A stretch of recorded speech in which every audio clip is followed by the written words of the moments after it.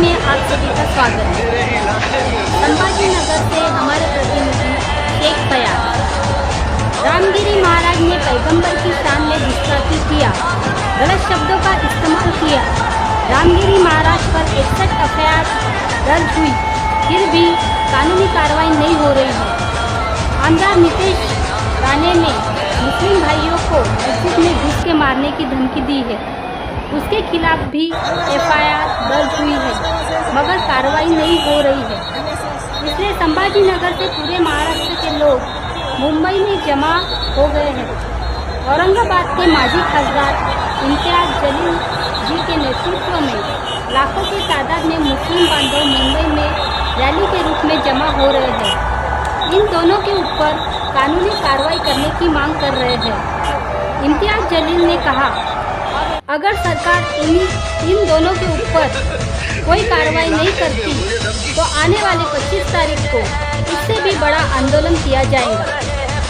Sameer Sajid, builder शरफ नक्शबंदी, मुंशी पटेल, सलीम भाई, मुदस्सिर अंसारी, अनिश पटेल, शेख फयाज। मी स्पष्टपणे सांगितलं होतं तुम्ही कोणत्या जमाताशी संबंधित आहे, कोणत्या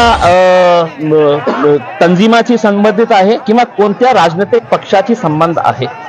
एक मुसलमान म्हणून ज्यांना असं वाटतं की बाबा आज इतकं होऊन की लोक आम्हाला इतकं धमक्या देऊ लागले ओपनली की मशिदीमध्ये घुसून आम्ही मारू मुसलमानांना, इतकं स्पष्ट बोलून सुद्धा पोलीस गप्प बसलेले आहे।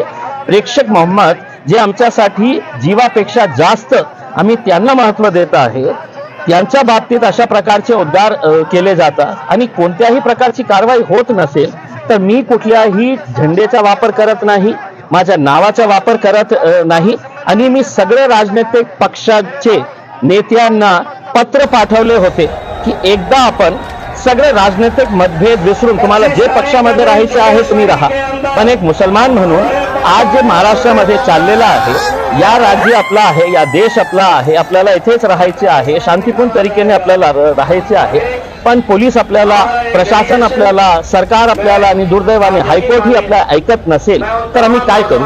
म्हणून आम्ही मुंबईचं जनजीवन विस्कळीत होईल मला माहित नाही साहेब, मला माहित नाही आहे। अनेक असे आंदोलन झालेले आहे, अनेक असे मोर्चे मुंबईमध्ये निघालेले आहे।